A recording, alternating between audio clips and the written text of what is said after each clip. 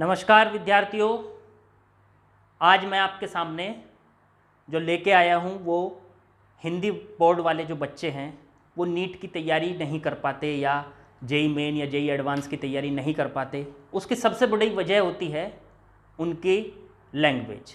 जो लैंग्वेज वो यूज़ कर रहे हैं बोर्ड में, वो मान लीजिए हिंदी बोर्ड से पढ़ रहे हैं तो हिंदी लैंग्वेज का यूज़ करते हैं, और सीबीएसई बोर्ड वाले जो बच्चे हैं वो इंग्लिश लैंग्वेज का यूज़ करते हैं। तो ज़्यादातर कोचिंग में या फिर आप कोई भी बुक भी देख लेंगे तो ज़्यादातर जो बुक्स भी आती है वो इंग्लिश में आती हैं। तो उनको यूपी बोर्ड वाले बच्चों या हिंदी बोर्ड वाले बच्चों को बड़ी समस्या होती है। तो उस समस्या को दूर करने के लिए हमने सोचा है आप लोगों के बारे में कि हम आपके हिंदी के भी लेक्चर्स कुछ डालें जो हिंदी लैंग्वेज में आपके होंगे। ऐसा नहीं है कि आपको बिल्कुल हिंदी में ही पढ़ाऊँगा मैं या फिर बिल्कुल इंग्लिश में ही पढ़ाऊँगा। इसका फ़ायदा आपको ये मिलेगा कि आप लैंग्वेज को अपनी कन्वर्ट धीरे धीरे कर पाओगे, हिंदी से आप इंग्लिश में जल्दी आ जाओगे। हम क्या करेंगे कि आपके सामने कोई मान लीजिए कोई आपको वर्ड लिखा है, उसको हिंदी में लिखा है तो इंग्लिश साथ साथ बताते चलेंगे ताकि आपको उसमें कन्वर्ट करने में दिक्कत नहीं होगी। आपको डिक्शनरी नहीं उठाना पड़ेगा या आपको अदर कहीं पे कोई वर्ड ढूंढना नहीं पड़ेगा। वो सारी चीज़ें आपकी मैं यहाँ पे सॉल्व करता चलूँगा। तो आज हम शुरू करने जा रहे हैं 11th का आपका चैप्टर जो है आपका मात्रक एवं मापन से शुरू करेंगे हम। ठीक है, तो चलो शुरू करते हैं मात्रक एवं मापन से। सबसे पहले समझते हैं हम भौतिक राशियों के बारे में। भौतिक राशियां मैंने जैसे कि बताया आपको कि मैं साथ साथ आपको इंग्लिश में बताता चलूंगा कि इनको आप इंग्लिश में भी क्या कहेंगे। ठीक है, तो पहले तो मात्रक, उनको भी इंग्लिश में मैं आपके सामने लिखूंगा। जो चैप्टर का नाम है ये मात्रक एवं मापन, तो इसको भी हम लिखेंगे। तो मात्रक जो होता है यूनिट्स एंड मापन आपका मेजरमेंट्स।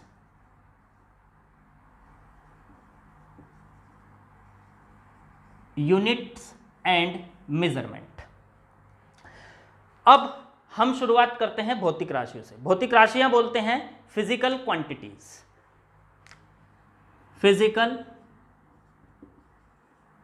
क्वांटिटीज। ठीक, अब देखो सबसे पहले समझना है कि भौतिक राशियां होती क्या हैं। देखो हमें फिजिक्स के रूल्स जो समझाती हैं क्वांटिटीज, उनको ही हम भौतिक राशियां बोलते हैं। फिजिक्स के रूल जैसे एक बात बताओ, न्यूटन ने एक रूल दिया F = m/a, मतलब बल बराबर m मास या द्रव्यमान बोलेंगे इसको हिंदी में, और इनटू में त्वरण। ये न्यूटन का दूसरा नियम था।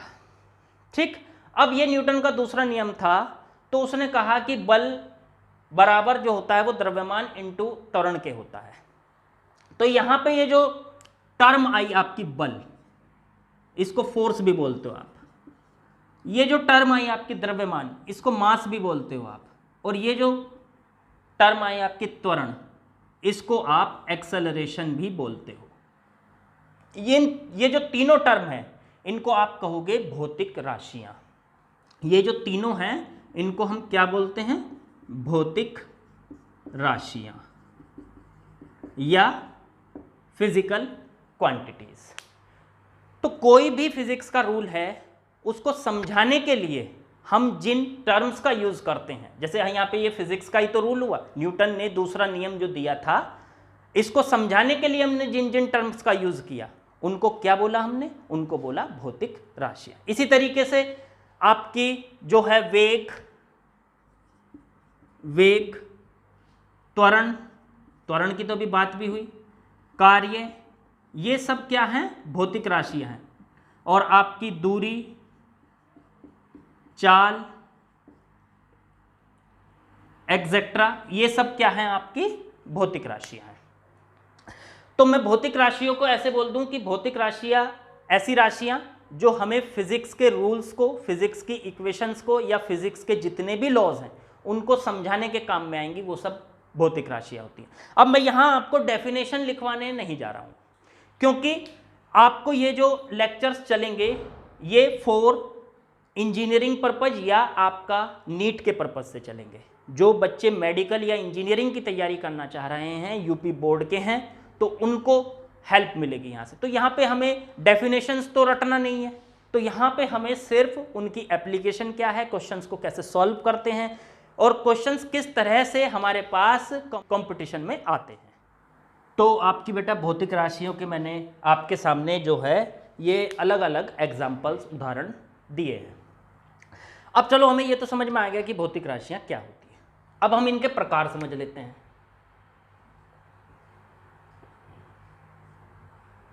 भौतिक राशियों के प्रकार।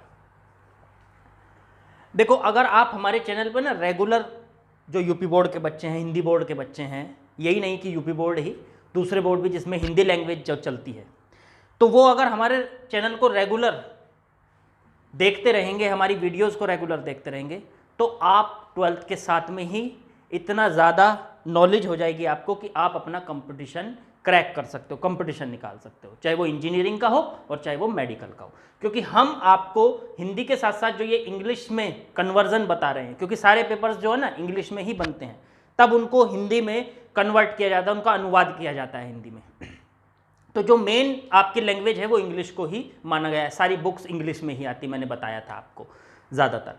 तो फिर जब हमें उसी में ही कन्वर्ट होना है तो आज से ही शुरुआत क्यों ना हो जाए, अपने 12th के साथ से ही या 11th के साथ से ही शुरुआत क्यों ना हो जाए।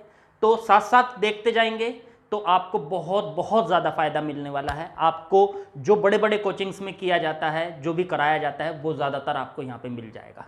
ठीक, चलिए अब बात करते हैं भौतिक राशियों के प्रकार। तो भौतिक राशियाँ आपकी जो है वो दो प्रकार की होती हैं। एक तो मूल राशियाँ और एक होती है आपकी व्युत्पन्न राशियां। मूल राशियां तथा व्युत्पन्न राशियां। अब तो मूल राशियां और व्युत्पन्न राशियां, इनको इंग्लिश में कहते हैं मूल राशियों को फंडामेंटल क्वांटिटीज एंड व्युत्पन्न राशियां होती है आपकी डिराइव्ड क्वांटिटीज।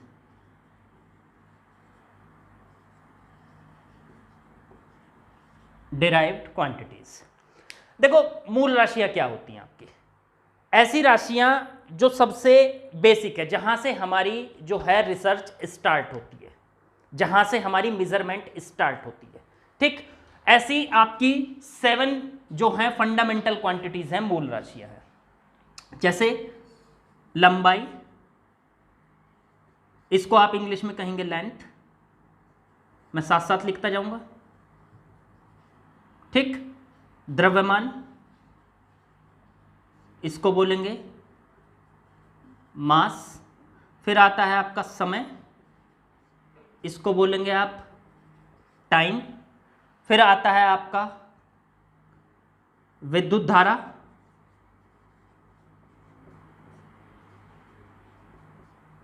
इसको बोलेंगे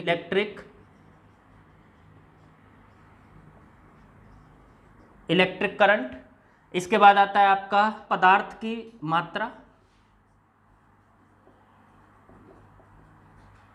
ठीक है, ये हो गया अमाउंट ऑफ सब्सटेंस। और फिर आता है आपका ताप, टेम्परेचर।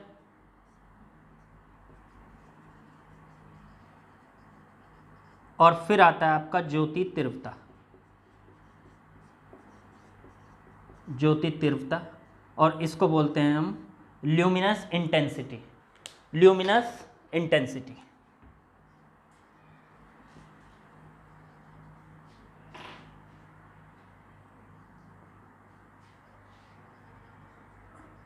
Luminous intensity. तो ये हमारे पास आपकी जो है 7 फंडामेंटल क्वांटिटीज होती है। देखो, ये फंडामेंटल क्वांटिटी हैं जो वो SI लिस्ट के अकॉर्डिंग है, SI यूनिट की जो लिस्ट है उसके अकॉर्डिंग। अब ये क्या है, ये अभी हम थोड़ा सा आगे डिस्कस करेंगे ये है क्या। तो मैं कह रहा था कि मूल राशियां जो हमारी होती हैं, फंडामेंटल क्वांटिटीज होती है, वहां से हमारी रिसर्च स्टार्ट हुई है। भाई हमें कुछ तो बेस मानना पड़ेगा ना। जैसे हम ये मानते हैं कि भाई सबसे छोटा पार्टिकल कौन है, इलेक्ट्रॉन। अब तो वैसे इलेक्ट्रॉन को भी तोड़ा जा चुका है, लेकिन सबसे छोटा पार्टिकल कौन है, इलेक्ट्रॉन को मानते हैं हम। तो वहां से हमारी कैलकुलेशन स्टार्ट होगी कि भाई अगर हम कहें कि ये बॉडी किससे बनी है, तो बॉडी सर मॉलिक्यूल्स से बनी है, मॉलिक्यूल्स किससे बने, एटम से बने, एटम किससे बने, न्यूट्रॉन प्रोटॉन इलेक्ट्रॉन से बने हैं, तो वो हमारे फंडामेंटल पार्टिकल्स हो जाते हैं, फंडामेंटल जो है सबसे छोटे जो हमारे तत्व हैं वो हो जाते हैं आपके। तो ये ठीक है बात। इसी तरीके से जब हमने काम शुरू करना है मापन का, मेजरमेंट का, तो मेजरमेंट में भी हमें सबसे जो है सबसे पहले आने वाली जो क्वांटिटीज है उनको शुरुआत करनी पड़ेगी। तो उनकी 7 इस तरीके की क्वांटिटीज ली गई जो मूल राशि फंडामेंटल क्वांटिटीज, जो अन्य किसी से नहीं बनी है, इनसे सब बनी है, ये किसी और से नहीं बनी है। उसमें लंबाई, द्रव्यमान, समय, विद्युत धारा, पदार्थ की मात्रा, ताप और ज्योति तीव्रता ये आ चुकी है आपकी। इनके सभी के मैंने आपको इंग्लिश में भी लिखा है ताकि आपको इनको कन्वर्ट करना, और आगे जैसे आप लेंथ पढ़ेंगे तो पता होना चाहिए आपकी लंबाई होता है ये, तो आपको ना बहुत बहुत फायदा मिलने वाला है इस तरीके के लेक्चर्स का। ठीक, तो अब हम बात करते हैं व्युत्पन्न राशियों की। तो ये तो हो गई कि सर हमारे पास फंडामेंटल क्वांटिटीज या मूल राशियां कौन कौन सी। देखो व्युत्पन्न राशियां जो मूल राशियों से मिलके बनती हैं। मूल राशियों से मिलके कैसे सर, तो उसके लिए मैं आपको यहाँ पे एग्जांपल दूंगा कि फॉर एग्जांपल जैसे मैंने एक राशि बनाई चाल, तो चाल होती है दूरी बटे समय, ये फॉर्मूला होता है चाल का। तो एक राशि नहीं बनाई गई, एक क्वांटिटी नहीं बनाई गई, ठीक, तो वो थी चाल। चाल का फॉर्मूला था दूरी बटे समय। तो बताओ ये चाल जो है वो किससे बनी है सर, दूरी से बनी है और समय से बनी है। और दूरी क्या है, दूरी सर लंबाई होती है, लंबाई, तो देखो ये रही लंबाई, और समय ये रहा समय। तो इसका मतलब फंडामेंटल क्वांटिटी का यूज करके एक नई क्वांटिटी बन जाती है, उसी को कहते हैं हम व्युत्पन्न राशियां या डिराइव्ड क्वांटिटीज। ठीक, ऐसे ही आप बनाओगे वेग। वेग क्या होता है, विस्थापन बटे समय। तो विस्थापन बटे समय, विस्थापन से और समय से बनी। विस्थापन क्या है सर, वही है लंबाई, उसमें भी वही लेना होता है हमें, और अपॉन में समय। समय भी फंडामेंटल क्वांटिटी और ये लंबाई भी फंडामेंटल क्वांटिटी। ऐसे ही जैसे बनाया आपने बल, बल बराबर क्या होता है, तो बल बराबर होता है द्रव्यमान, और द्रव्यमान गुणा त्वरण। अब द्रव्यमान अपने आप में फंडामेंटल क्वांटिटी है ही, लेकिन त्वरण सर, त्वरण भी किसी से बना है, किस किस से बना है, वेग का अंतर। तो द्रव्यमान इनटू में त्वरण को क्या लिख सकता हूं मैं, त्वरण का फॉर्मूला होता है वेग का अंतर अपॉन में समय का अंतर, अपॉन में समय। तो वेग, वेग किससे बना है, वेग बना है विस्थापन अपॉन समय से, तो वेग को भी हम विस्थापन अपॉन समय लिख सकते हैं। तो द्रव्यमान, वेग को लिख लो, ऊपर वेग आ रहा है समझ लीजिए, तो वो आ गया विस्थापन अपॉन में समय। तो एक समय ये हो गया, एक समय नीचे भी था तो समय का स्क्वायर हो गया ये कैलकुलेशन में।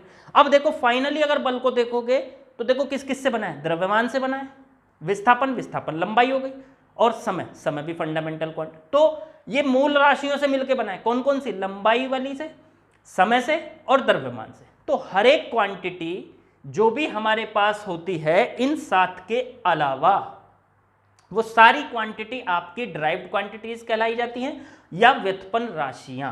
व्युत्पन्न राशियां बोल लो आप उनको, ड्राइव्ड क्वांटिटीज बोल लो, ठीक है ना। तो ये हमारे पास ड्राइव्ड क्वांटिटी का कंसेप्ट है। ठीक, अब आते हैं मात्रक पे। तो मात्रक की बात हो रही है, मात्रक, मात्रक को हम इंग्लिश में यूनिट्स भी कहेंगे, यूनिट्स। मात्रक की हमें क्या जरूरत है, क्यों आया ये एग्जिस्टेंस में, वो सारी बातें हम करेंगे। देखो मात्रक क्या है सबसे पहले, तो देखो भौतिक राशि को रिप्रेजेंट करने के लिए, भौतिक राशि को प्रदर्शित करने के लिए, कोई भी भौतिक राशि हमारे पास, भौतिक राशि, उसको प्रदर्शित करने के लिए हमें 2 चीजों की जरूरत होती है। एक तो नंबर कोई भी, और प्लस उसके साथ में यूनिट, मतलब कोई संख्या और प्लस उसके साथ में होनी चाहिए। प्लस का मतलब ये नहीं कि उसके साथ प्लस हो रही है, वो प्लस का मतलब ये है कि उसके साथ लगी हुई होती है वो। तो संख्या और इनटू में आपकी यूनिट, यूनिट को बोलेंगे आप मात्रक। अब मैं आपको दिखाता हूं कैसे। जैसे आप लेते हो कहीं पे एक ब्लॉक रखा हुआ है, एक पिंड रखा हुआ है, और इस पर एक बल लग रहा है, बल लग रहा है F इक्वल्स टू में 15 न्यूटन, 15 न्यूटन। तो अब आप एक देखो F क्या है, F सर एक भौतिक राशि है। हाँ ठीक है, कौन सी भौतिक, कौन सी राशि है, व्युत्पन्न राशि है। हाँ तो एक राशि है, चाहे वो कोई सी भी हो, फंडामेंटल हो या फिर आपकी डिराइव्ड हो।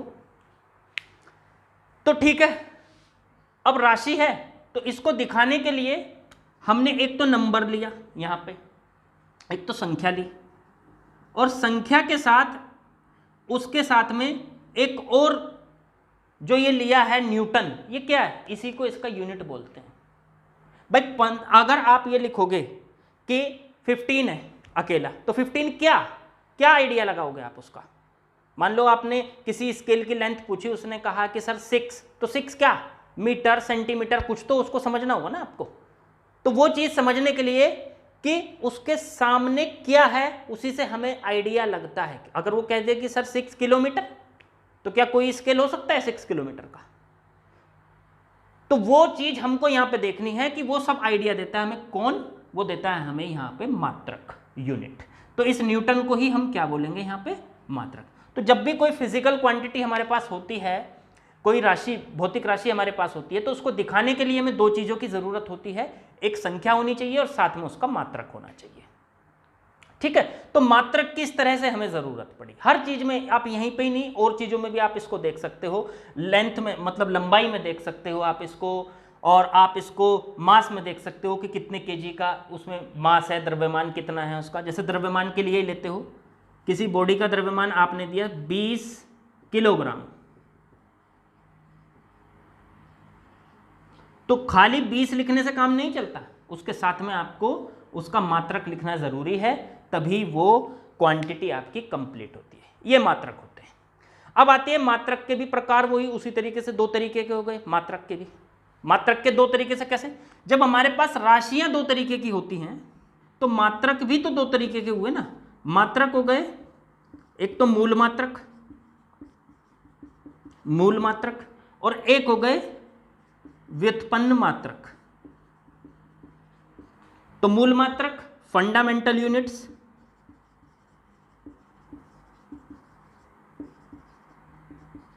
और व्युत्पन्न मात्रक डिराइव्ड यूनिट्स। ठीक है, मूल मात्रक तो ऐसे मात्रक हैं जो मूल राशियों के मात्रक होते हैं। तो मूल राशि हमारे पास कौन थी, मूल राशियां जो 7 मूल राशियां थी, उनके अपने मात्रक जो कहलाते हैं वो मूल मात्रक कहलाते हैं। जैसे पहले थी लंबाई, तो इसका जो मात्रक बना वो बनता है मीटर। फिर था आपका द्रव्यमान, इसका मूल मात्रक, वो इसका जो मात्रक होगा उसी को मूल मात्रक बोलेंगे। ये है मूल राशियां, और ये हो गए इसी के सामने मूल मात्रक। राशियों के सामने ही मात्रक लिख देते हैं। तो द्रव्यमान, द्रव्यमान का हो गया किलोग्राम।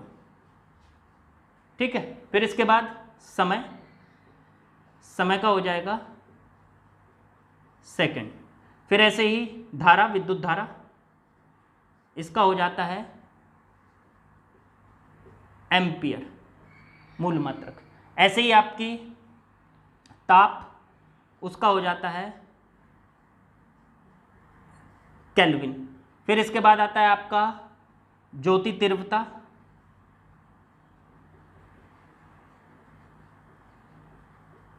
उसका हो जाता है कैंडेला। ठीक है, इनके सामने इनके जो नोटेशन होती है, मीटर को हम एम से, स्मॉल एम से दिखा लेते हैं, किलोग्राम को केजी से करके दिखा देते हैं, सेकंड को एस से दिखा देते हैं, एसईसी से दिखा देते हैं, एम्पियर को ए से दिखा देते हैं, ए से, और केल्विन को के से दिखा देते हैं, कैंडल को सी डी से दिखा देते हैं, और एक रह गया आपका पदार्थ की मात्रा, अमाउंट ऑफ सब्सटेंस जो बोल देते हैं हम इसको, इसको होता है इसका मोल। तो इसको MOL से दिखा देते हैं। तो ये मैंने सामने इनके नोटिफिकेशंस भी लिख दिए। मीटर की जगह हम M यूज़ कर लेंगे, किलोग्राम की जगह kg, सेकंड की जगह S, एम्पियर की जगह A, केल्विन की जगह K, कैंडेला की CD, मोल की जगह MOL। तो ये हो गए हमारे मूल राशियां और सामने उनके मूल मात्रक। अब बात आती है कि सर मूल मात्रक तो ठीक है, व्युत्पन्न मात्रक जिस तरह आपने व्युत्पन्न राशियां बनाई उसी तरीके से आप उनके व्युत्पन्न मात्रक भी बना सकते हो। तो व्युत्पन्न मात्रक वे होते हैं जो व्युत्पन्न राशियों के होते हैं। जैसे फॉर एग्जांपल हमारे पास एक राशि है, मान लीजिए वो है कार्य। अब कार्य किस किस से बनता है, तो इसका डेफिनेशन होती है बल गुणा बल की दिशा में विस्थापन। बल गुणा विस्थापन मत लिखना, बल की दिशा में विस्थापन, ये इसकी सही डेफिनेशन है। बल गुणा विस्थापन गलत हो जाएगा। चलो ठीक है, तो कार्य W इक्वल्स टू बल हो गया F और इनटू में बल की दिशा में विस्थापन मान लीजिए D। तो इसको हम पूरा F डॉट D से दिखाते हैं। ये सब बातें हमें आगे पता चलेगी कि वेक्टर की फॉर्म में हम इसको लिखते हैं। ये होता है आपका। अब इसकी अगर हमको यूनिट लिखनी है, इसकी हमें मात्रक लिखना है, तो हमें मात्रक पता होना चाहिए, बल का मात्रक और इनटू में विस्थापन का मात्रक। तो बल का मात्रक होता है न्यूटन, इनटू में बल की दिशा में विस्थापन, है तो विस्थापन ही लंबाई, और लंबाई को किस में मापते हो आप, मीटर में।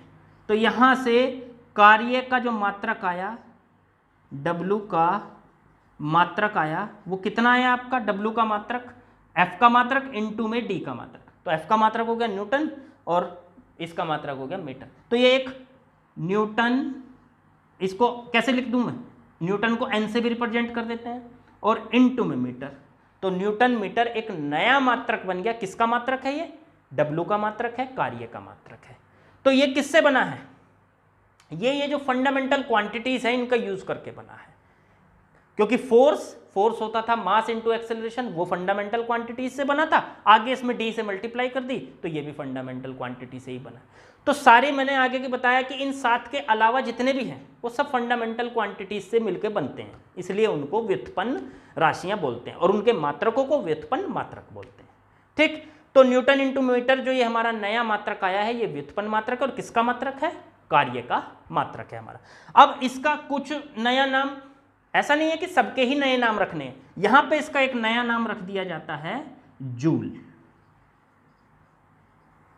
इसका एक नया नाम रख दिया जाता है जूल। तो जूल अपने आप में एक व्युत्पन्न मात्रक है। इसी तरीके से बहुत सारी क्वांटिटीज के हम व्युत्पन्न मात्रक बना सकते हैं। W का बना सकते हैं, खुद F का बना सकते हैं, आगे आएगा आपका टॉर्क जिसको आप बोलोगे बल आघूर्ण का बना सकते हो। तो अलग अलग क्वांटिटीज जिनके आप व्युत्पन्न मात्रक बना सकते हैं। अब ये जो मैंने फंडामेंटल क्वांटिटीज बताई थी, इसमें 2 तरीके की क्वांटिटी और होती हैं जिनको फंडामेंटल क्वांटिटी में तो रखा नहीं गया है, उनकी लिस्ट से अलग। पास आगे जो 2 राशियों के मैंने बारे में बात की उनको कहते हैं हम पूरक राशियां। पूरक राशियां, इनको हम सप्लीमेंट्री क्वांटिटीज भी बोलते हैं।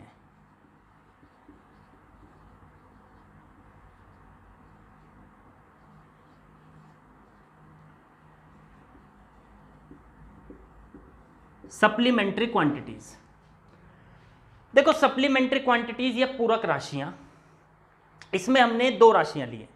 एक तो होता है आपका कोण, समतलीय कोण, मतलब एक तल में जो काम करता है कोण, उसको हम इंग्लिश में बोलते हैं एंगल। ठीक है, थीटा से उसको रिप्रेजेंट किया जाता है। एक होता है आपका घन कोण, इसको बोला जाता है इंग्लिश में सॉलिड एंगल, और इसको इस सिंबल से आप रिप्रेजेंट करोगे, सॉलिड एंगल बोलोगे इसको। कोण क्या होता है आपको पता होना चाहिए। 2 मान लीजिए हमारे पास लाइंस हैं, तो उनके बीच का ये जो गैप मेजर करना होता है हमें, ये वाला, इसको हम कोण कहते हैं। अब ये एक प्लेन में हो, इसको आप समतलीय कोण भी कह सकते हो, एक ही तल में होगा ये पूरा कोण। और जो घन कोण होता है वो होता है बेसिकली इस तरीके से, जैसे आपने देखा होगा ना, कोण है सामने, ये सामने एरिया, तो इसका जो ये एंगल बनता है, एक तरीके से कहेंगे तो इसको ये 3D में बनता है।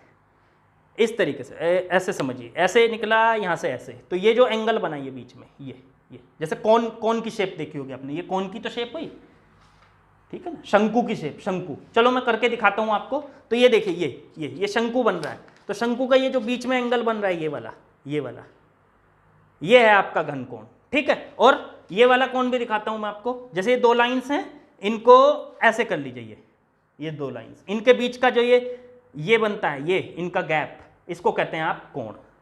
तो पहला होता है कोण और दूसरा होता है घन कोण। इनकी रिप्रेजेंटेशन मैंने आपको बताई, और इनके जो मात्रक होते हैं उनको क्या बोलोगे, जैसे पूरक राशियां, तो उनके मात्रक होंगे पूरक मात्रक, पूरक मात्रक। तो पहले का कोण का जो मात्रक होता है वो होता है रेडियन, और इसका होता है स्टेरेडियन, स्टेरेडियन। घन कोण का होता है स्टेरेडियन। ये एंगल थीटा था, और इस थीटा की जगह जब छोटा एंगल होता है तो कभी कभी मैं डी थीटा लूंगा, डी थीटा, तो वो छोटे एंगल को रिप्रेजेंट करेगा। बस इतनी सी बात है, ये मैं आपको आगे वैसे बता दूंगा। तो डी थीटा भी कभी यूज करूंगा आपका, तो आपको कंफ्यूज नहीं होना, छोटे एंगल के लिए डी थीटा मैं यूज करूंगा। तो मैंने यहां तक बात की कि आपके पास जो राशियां हैं वो 7 आपकी मूल राशियां हैं, और उसके अलावा 2 पूरक राशियां हैं। पूरक राशियां जो हैं उनके पास उनके पूरक मात्रक क्या होते हैं वो भी मैंने आपके सामने लिख दिया, रेडियन और स्टेरेडियन। और जो 7 राशियां थी वो भी मैंने आपके सामने लिख दी। तो बच्चों, आप लोगों को ये सारी चीज़ें समझ में आई, राशियां कितने प्रकार की होती हैं, मूल राशियां, व्युत्पन्न राशियां, सारी बातें हमने की। देखो, आज का जो लेक्चर है हमारा वो बहुत ही बेसिक लेक्चर था। सिर्फ आपको जस्ट अभी तक मैंने इंट्रोडक्शन दिया है, राशियां क्या हैं और किस तरीके से हम इनको यूज़ करते हैं। अभी तो हमारी प्रणाली भी रह रही है, मात्रकों की प्रणाली, नेक्स्ट लेक्चर में वो डिस्कस करूंगा मैं। ये बहुत ही बेसिक है, शुरू के 1-2 लेक्चर हमेशा बेसिक होंगे, लेकिन उसके बाद जो कहानी स्टार्ट होगी वो आपके बोर्ड लेवल से अपर होगी। जो भी आपको क्वेश्चंस कराए जाएंगे बहुत अच्छे लेवल के, बहुत अच्छे स्तर के क्वेश्चंस होंगे आपके। तो मतलब आपको यहाँ से बहुत कुछ मिलना है, आप बस इसको रेगुलर साथ में देखते रहिए, छोड़ना नहीं है आपको। वो सारी चीज़ें यहाँ से अलग मिलेंगी जो आपको और कहीं पढ़ने को अपने ग्रुप में नहीं मिलेंगी। आप और बच्चों के साथ बैठेंगे तो आपको पता चलेगा कि आप उनसे क्या ज़्यादा जानते हैं, वो सारी चीज़ें आपको यहाँ पे पढ़ने को मिलेंगी। बाकी ये वीडियो आपको कैसा लगा है, क्या हमें इम्प्रूवमेंट करने की ज़रूरत है, वो सब चीज़ें आप मुझे कमेंट बॉक्स में बताएंगे। आपकी अपनी क्या ज़रूरत है वो भी मेरे सामने एक बार तो ज़रूर बताएंगे, जिससे कि जो मैं पूरी कर सकता हूँ वो कोशिश की जाएगी, जो हमारा इंस्टीट्यूट पूरी कर सकता है वो सारी कोशिश की जाएगी।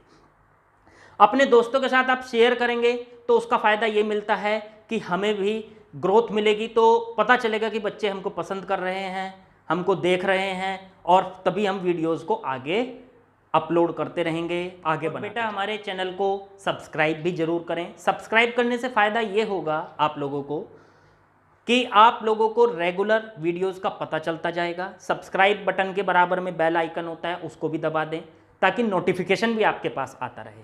आप हमारे से जुड़ जाएंगे एक बार और रेगुलर आप हमें देखते जाएंगे तो आपको बहुत फ़ायदा मिलने वाला है। ठीक है, ओके।